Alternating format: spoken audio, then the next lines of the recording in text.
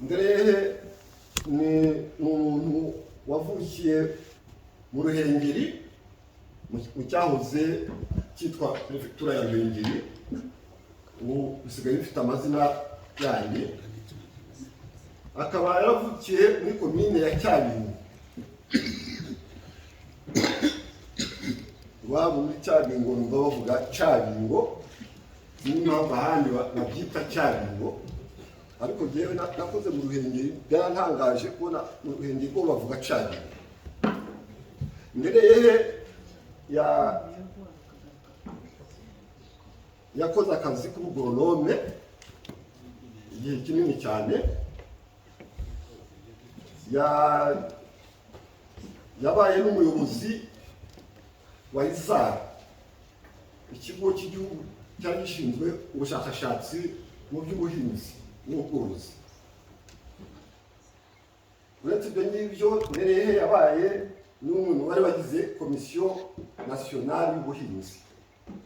Icyo ni ikintu gikomeye cyane, kugira ngo ushyirwe muri komisiyo nasiyonali y'ubuhinzi nuko wabaga uri mu bagoronome bakomeye.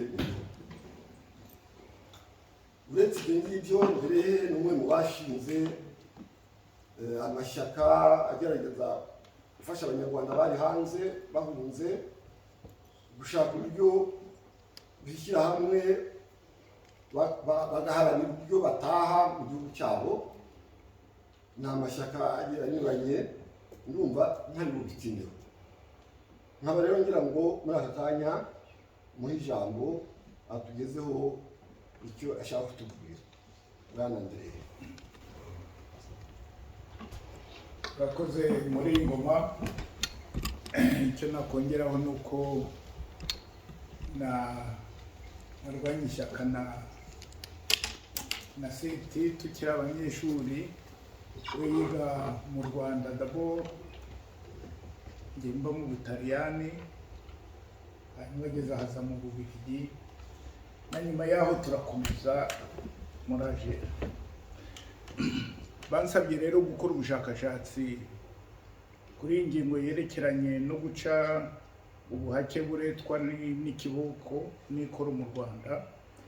Navuze ngo byari byaraciwe mu Rwanda kubera kuko ubu byagarutse, ubu mu kanya ndabigeraho. Akenshi iyo tuvuga ngo u Rwanda, abantu bibaza bati se u Rwanda ubundi ruvugwa ni uruhe? Byose biterwa nyine n'igihe umuntu yamenyeye u Rwanda. Hari abazi u Rwanda uko rumeze uku, kubera ko hari n'abavuga ko ndetse n'uko rumeze uku rwatangiye muri 1994, ariko u Rwanda rumaze igihe. Abashakashatsi b'amateka bavuga ko u Rwanda rwa mbere rwitaga u Rwanda rwa Gasabo, kari agahugu gato kari mu karere k'ibiyaga binini, aho bajyaga bahora barwana. Murabona nk'aha ngaha cyane cyane amateka menshi atangirira kuri ampire ya Kitara mu kinyejana cya 18. Ibihugu byinshi na hano mu Burayi bari bakirwana bagira ngo bagure ubwami bwabo, barebe uko bakongera imitungo n'ibindi n'ibindi. Abari bafite u Rwanda rw'icyo gihe baruyoboraga bari Abasindi n'ibikomangoma by'Abanyiginya, nabo barwanaga n'uduhugu tundi bari baturanye kugeza igihe batubanjirije. Icyo gihe rero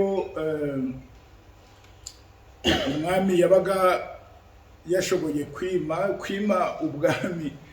Kwima k'umwami nanjye nabimenye rwose ari uko ndi muri uyu mukoro bari bampaye. Byavugaga ko umwami yimye kuko yimye abandi ingoma, kubera ko babaga bayirwanira mu muryango kugeza igihe mbese abahamije ko ari we mwami, ko yayibimye, ko ari we wimye. Ubwo rero birumvikana ko barwanaga cyane ndetse mu gihe cy'abasindi n'ibikomagoma by'abanyiginya naho ngaho abakunze kurwana byari icyo gihe bya rucunshu, ku buryo ibya rucunshu byose ntabitindaho, yenda hari ababivuze, ariko niho abega nyine basimbuye abanyiginya, nuko urugamba rurakomeza. Imihindukire yo kubaho kw'abantu mu mudendezo, tumaze kuvuga ko abantu bakunda kurwana bagira ngo bagure igihugu, kugeza igihe mbese igihugu cy'u Rwanda cyabereye nk'uko kimeze uku. Ubundi ntabwo ariko byari bimeze mbere. Ubundi ubutegetsi, umudendezo, kumvikana, ibyo kurya, kurindwa, byari bishingiye ku miryango. Bakavuga bati umuryango w'Abagesera, umuryango w'Abazigaba, umuntu akumva ko hari umuzigaba ko Abazigaba bazamurengera, Abagesera bakumva ko Abagesera bazabarengera. Ubutaka bwabaga buri muri utwo duhugu.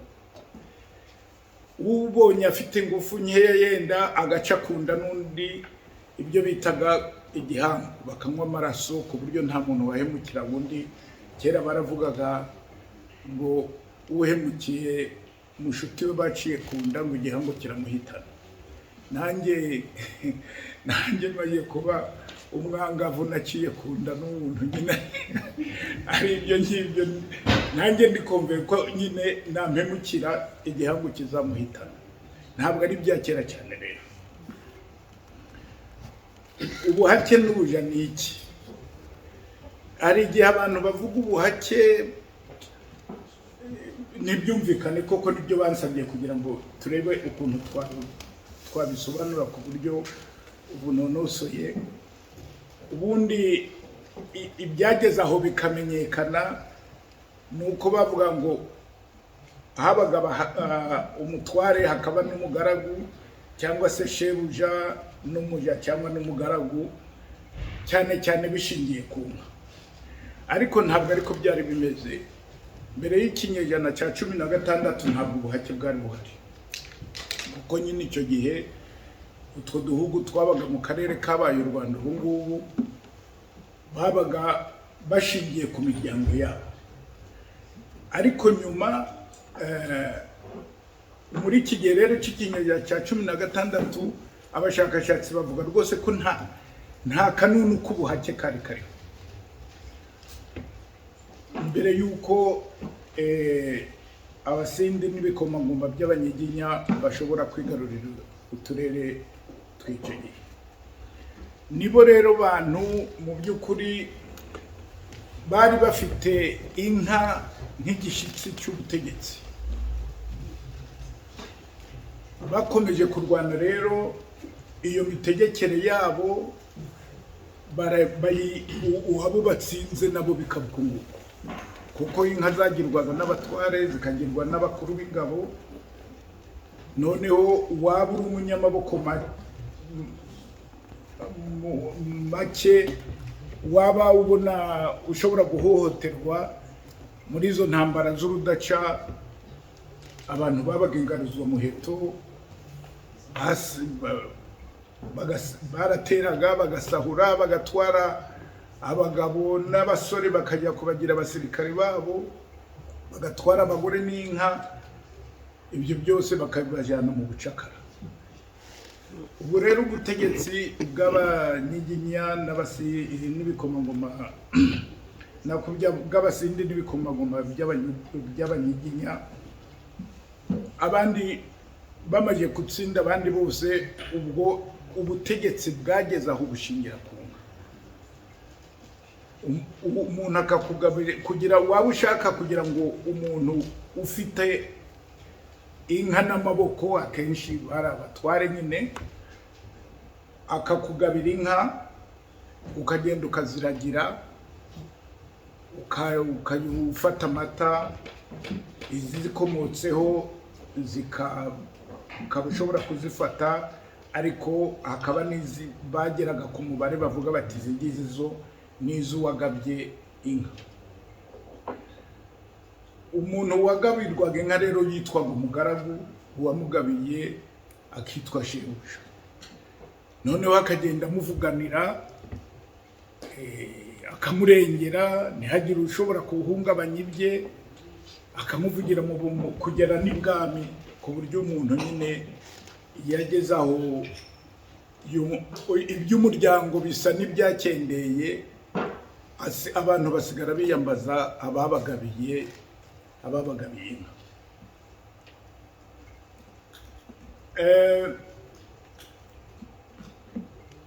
Umugaragu rero uretse kuragira izo nka za shebuja, yagombaga no gukorera umutware imirimo. Muri iyo mirimo harimo nko kumutaramira, kumutuma ahantu, kumuhingira, gukora n'indi mirimo y'amaboko ikenewe, no kumutura umusaruro ukomoka ku buhinzi, kuko abatware ntibahingaga. Kera abantu bafite inka bitaraba ibyo abasindi n'abanyiginya batarigarurira u Rwanda, ufite inka n'ubushyo bwe yarageraga ahashaka mu karere k'umuryango we, nta kibazo cyari gihari. Ariko byageze aho ngaho,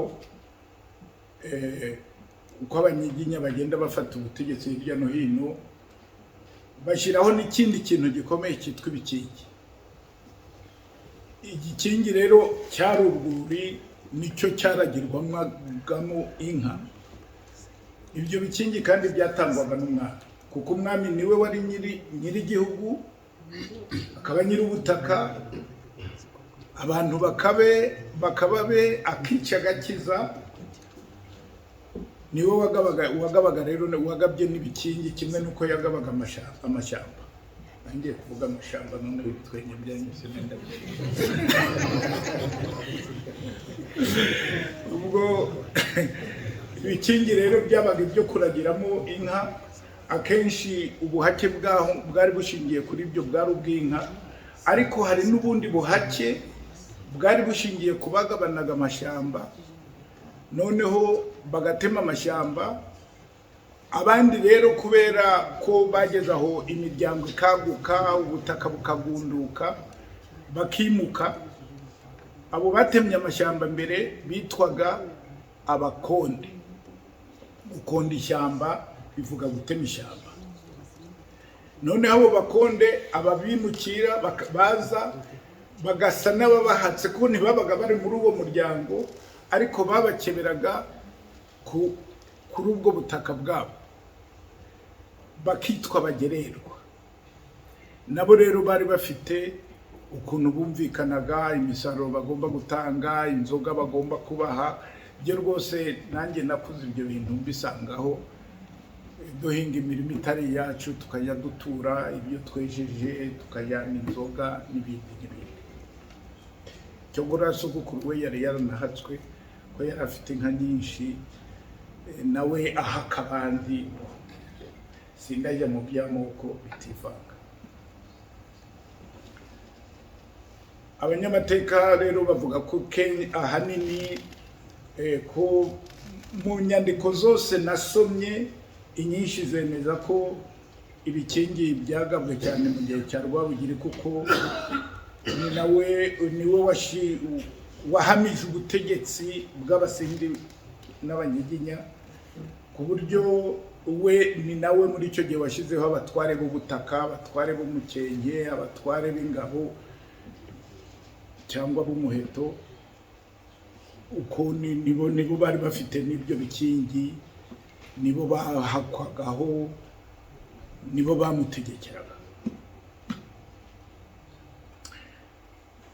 Uko imyaka igenda ishira, ariko ubuhake bwari busa n'ubwumvikane bwo hagati y'abantu. Umuntu akavuga ati ndaguha inka, uzandagirire, uzazizitureho, uje unywa amata, nzakurinda, uje untaramira, uje untura ibyo ntashoboye, uko abatware ntibahengaga, uje untura ibyo kurya.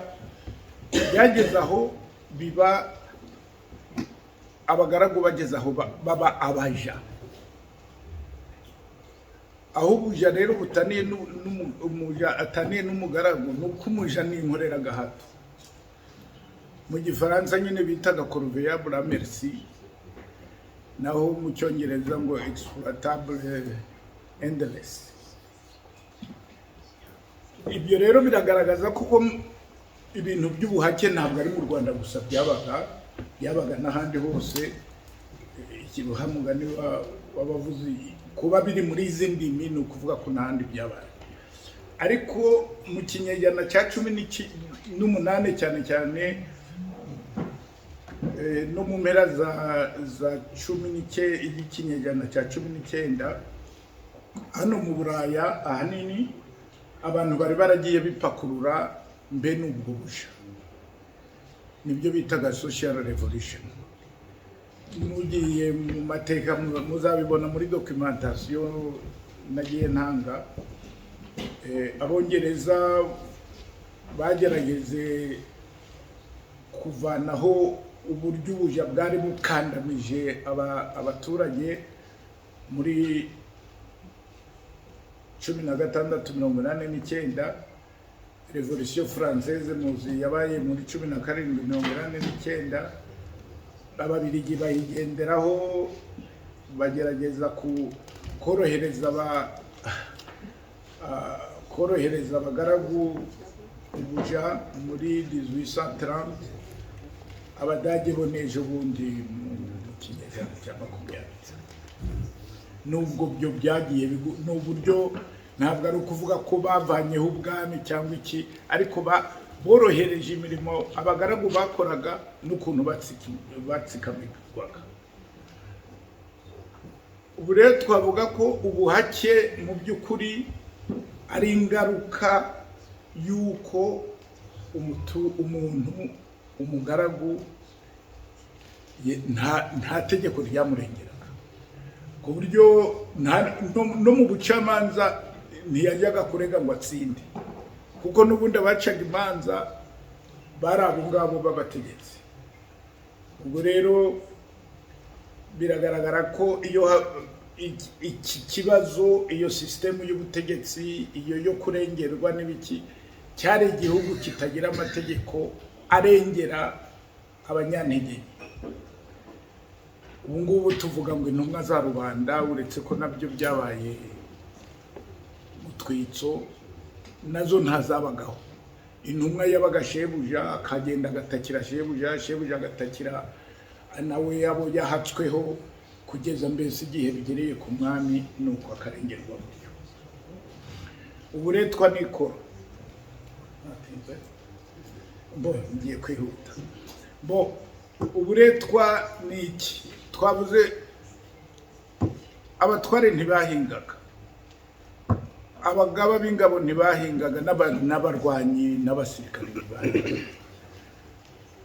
Birumvikana rero ko bagomba kubona icyo barya, bakagira imirimo y'amaboko yindi ikagira abayikora. Ibyo rero niho hari ikintu cyitwaga uburetwa. Uburetwa ni ugukora, kwari ugukora udahembwa. Nge narakoze nsanga data aba kwa sushefu amutekera adahembwa,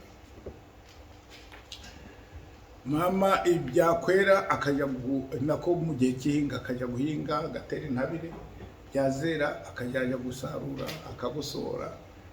Ibyo rwose nabyirutse bikiriho, adahembwa, nta guhembwa. Uburetwa rero nabwo bavuga ko bwakaze nyine mu gihe cya Rwabugiri, kuko niwe wagabaga ibitero byinshi, agira ingabo nyinshi, agira abatware benshi, ku buryo mbese bagombaga kubona, tuvuge, abahutu babakorera.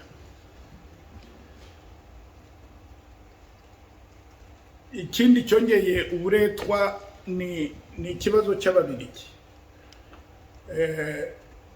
Ababiligi bamaze kuragiza u Rwanda bashizeho abategetsi, bongeye abategetsi.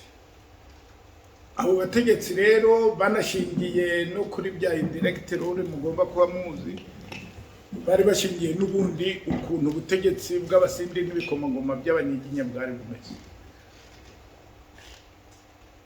noneho baragijwe na Loni guteza u Rwanda imbere, hari ibyagombaga gukorwa. Abatware icyambere bari bariyongeye, hiyongeraho n'akazi ko kugira ngo ibikorwa by'amajyambere bishobora gukorwa, ku buryo utarajyaga ku kazi yakubitwaga ibiboko 8. Akazi kari iki muri iyo plan, hagomba gukorwa imihanda, hagomba guhinga ibintu byo kurwanya inzara, izo bita shiku nyine. Hari umuntu nabajije shiku yaturutse kuki, nuko abantu bateraga ipera bakitaba bagiye ku kazi, noneho Bubiligi akavuga ngo 5 heures chacun, Munyarwanda ngo 5 heures chacun, bigeze aho bihinduka mushiku. Donko ahantu ho guhinga buri muntu mu muha ahangana gutya, ho gukora mu muhanga na gutya metero nizo gukora, ngo byaba byaraturutse ku Banyarwanda bumvaga chacun bakamva mu shiku. Kandi koko twe dukura baravuga ngo abantu ngo bagiye muri shiku, ukuvuga ko bagendaga bakabakatira nk'ahantu ho guhinga ibintu byo kurwanya inzara, shiku y'ibijumba, shiku y'imyumbati n'ibindi, kurwanya amasuri n'ibindi. Ubwo rero byariyongeye iby'uburetwa, abantu barakandanizwa. Ikoro ryo narivuzeho nuko abahingaga n'abaragiraga izo nka bagombaga kugira icyo bagemurira abantu kugira ngo babatunge. Uretse Abahima nigeze kubona mu Mutara bo bavugaga ko batarya, ariko abandi batware b'icyo gihe bararyaga. Ni ukuvuga rero ko bagomba gutanga ikoro riturutse ku buhinzi. Ndarangije ngiye kurezima. Donc aka gataburo nagakoze ngerageza kureba ugukorera uburetwa n'akazi, imibyizi bakoraga, umusoro, ikoro, ku buryo umuntu usanzwe yakoraga iminsi igeze ku 167 adahembwa. Murumva rero nta gihe rwose yabaga afite cyo kwikorera. Ese byarahindutse? No. Twasanze hari ibisigisigi byo muri izi ngoma byose byabaye muri Repubulika ya mbere, biba muri Repubulika ya kabiri. Abantu udafite amaboko agakubitwa, agafungwa, uvuze icyo abandi badatekereza akaba arapfuye. Ubwo bagenzi banjye bari buze kubivugaho, kugeza rero n'ejo bundi muri Repubulika ya gatatu n'uwahitanye Seth muzi ko ari byo yakoresheje. Ubu ngubu ibi byaragarutse. Umusanzu ni uryo koro ry'ubu, murabona imisanzu yose ihari. Hanyuma ahasigaye ubutegetsi bwa FPR y'ubwitegereje iki gihe, usanga rwose ntaho butaniye n'ubwa Rwabugiri. Ubwo rero ahasigaye murakoze, ndabashimiye.